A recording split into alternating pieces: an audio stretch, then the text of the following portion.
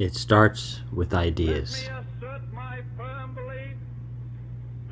Ideas that inspire the greatest hopes of our time. Nameless, unreasoning, unjustified terror, which paralyzes needed efforts to convert It includes the most difficult of times,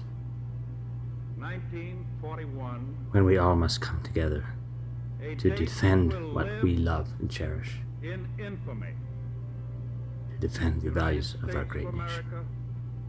Was suddenly and deliberately attacked by naval and air forces Sometimes of the Empire with great cost, the toughest decisions of all. An American airplane dropped one bomb on Hiroshima and destroyed its usefulness to the enemy.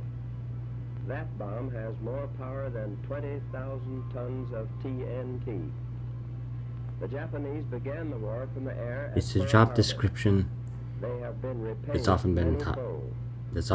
called the toughest job in the world, With this bomb, we have now added a new especially and revolutionary with the rise increase of in destruction. the ideas Supplement the growing power of our of war armed forever. We have been compelled to create a permanent armaments industry of vast proportions.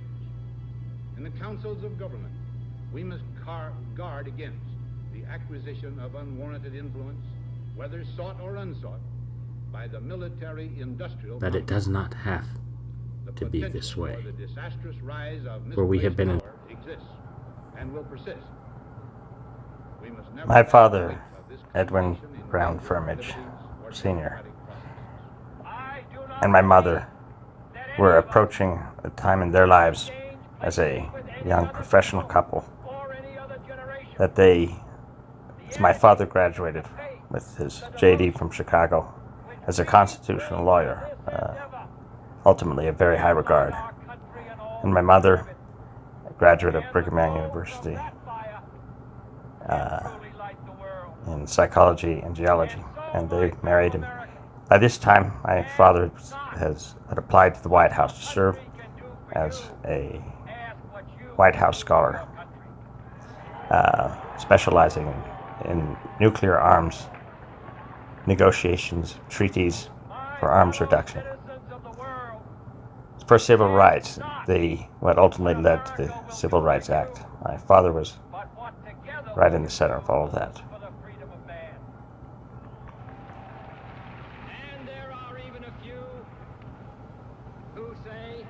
He joined as a speechwriter and national scholar called a White House Fellow,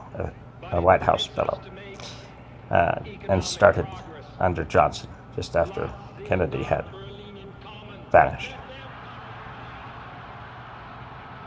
And my family began to grow as my parents had my elder siblings,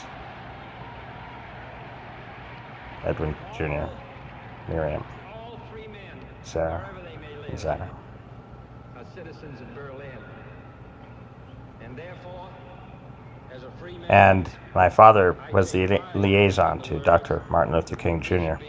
and was so intimate with the families of the Kennedy, Robert F. Kennedy, and with Martin Luther King, Dr. King, and my dad got in such regular correspondence and meetings and many marches. And while this was going on, my mother, Gloria, was raising wonderful children, just remarkably gifted mother and wife of a Washington, D.C. type like my father. And the extraordinary times during the 60s and early 70s were just transformative of so much of life. And my father, after successfully helping to conclude the START treaties, the first START treaties for strategic nuclear weapons, reductions of all the stockpiles, and as they should be over time.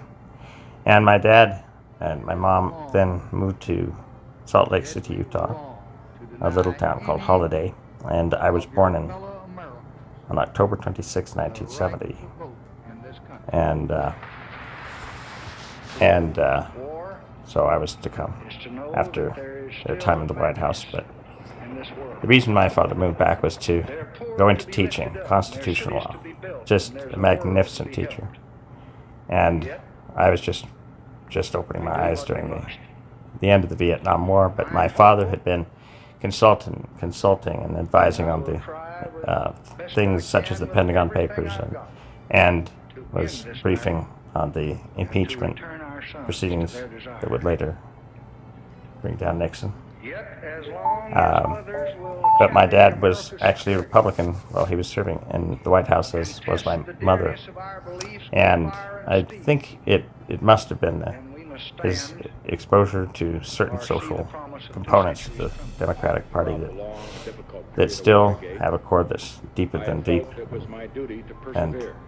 And that's, of course, how I feel about it. But my mother largely remained Republican through her life, and my father switched to a progressive Democrat and rallied around ERA. That I no longer have a strong enough political base in the Congress to justify continuing that effort. Therefore, by the early 70s, I began to grow up as a person, and my father ran for U.S. Congress in 76 and lost in 78 to a good friend, Congressman Dan Merritt. I was using telescopes at the time and peering at the stars and watching this president, Ronald Reagan. I had written Carter a letter, but not Reagan, but Reagan was something else. My eyes were glued to the stars, and I started programming computers when I was in 5th or 6th grade, and all the way.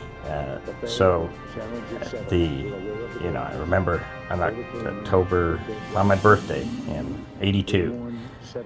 We saw The Wrath of Khan, Star Trek. What a great, spectacular movie. My parents had been involved in killing the MX missile basing system for nuclear weapons designed to either cause or receive the bulk of a first strike of all, nuclear power of the Soviet Union at the time.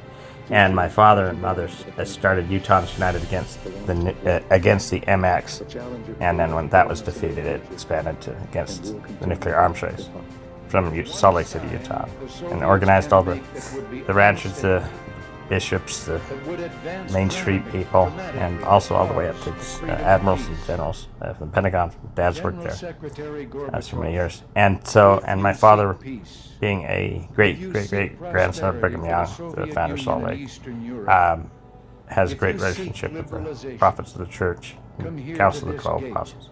So he was called in to write the help advise the president of the church on the right wording for the killing of the MX missile basing system, declaring it not right for Zion near Salt Lake.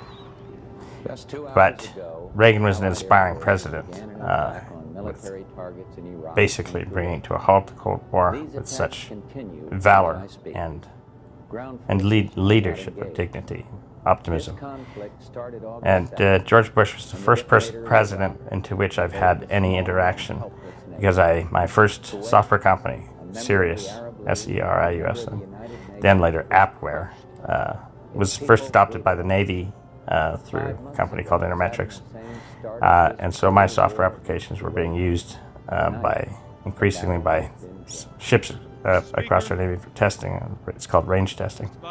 And so I got my first $1 million contract years before, but by that time I'd served as vice president of the world's largest network software company, Novell. My job was to merge Unix and the NetWare, that is the global area network, the local area network. Sorry for that intrusion. I'm just recording this. But, so that was what, Novell had an unfortunate management change, and I decided to go out on my own. I launched US Web Corporation, US Web Corp. And by Bill Clinton's, I'd say 98, I was the CEO of the world's largest internet consulting company. we were building the intranets and the extranets, and the first commerce systems that connect businesses to businesses. And we had about 3,000 just expert web designers and web jockeys and coders, and also strategists. And so it was just a magnificent company to grow, take public in '97, and that, Bill Clinton and Alan Greenspan and Rubin were really just right during the middle of my IPO in '97. You had the Asian currency flu crisis, and it slammed onto the pack rim nations when hedge funds were betting on hedging nations' currencies, and people were going homeless with cell phones, out of jobs, and all across Asia from currency manipulation, which is evil. But I met Bill Clinton at the Christmas party at the White House. I think it was the second time I've been to the White House, but it was such an absolutely lovely experience. And of course, Al Gore was just an amazing client savior for the planet with his commitment and devotion to the climate. And I did meet him once to talk exactly about how the digital Earth, 3D Earth, would potentially help us manage climate crises more effectively. Burst onto the scene, the dynastic son, didn't do well, but there but for the grace of God go I. But now, this man is so vividly patriotic. I just didn't support the approach of how this was all treated, but nonetheless, he brought back the nation from a really scary moment. I mean, to have the Twin Towers in the earth shatter, the decade of war there started these fine gentlemen. By this time, I was in the middle of a decade back into physics, believe it or not, to develop, which I studied at the University of Utah for my undergraduate work in physics. But I came back to it after a very controversial book I published just under the Clinton years, and it was called "The Truth About my exposure to some aspects of UFO-related information that's of interest to some people, certainly me too." Barack Obama is the most extraordinary man. I haven't had the opportunity to meet him just yet, but in person. But the one or two speeches I've been to in person, this man is such a brilliant leader, and just an exemplary uniter, and so learned, and I respect Barack Obama. Look forward to meeting him sometime soon. But and his lovely wife and exemplary family. I'm so glad I was here to witness the first African American president of the nation. How far we've come, all of us together. I admired Obama and his vice president, who became our current commander-in-chief, the head of state, President Joseph R. Biden, Jr., who I greatly admire, and I know we're going to meet soon, but it will be a pleasure, of course.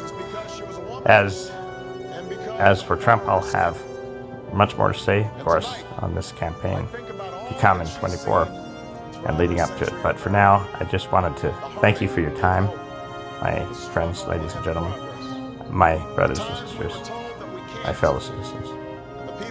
I am Joseph Paramore Firmage, and I will appreciate your vote of support. I thank you. May God bless you, your family, and may God bless the United States of America.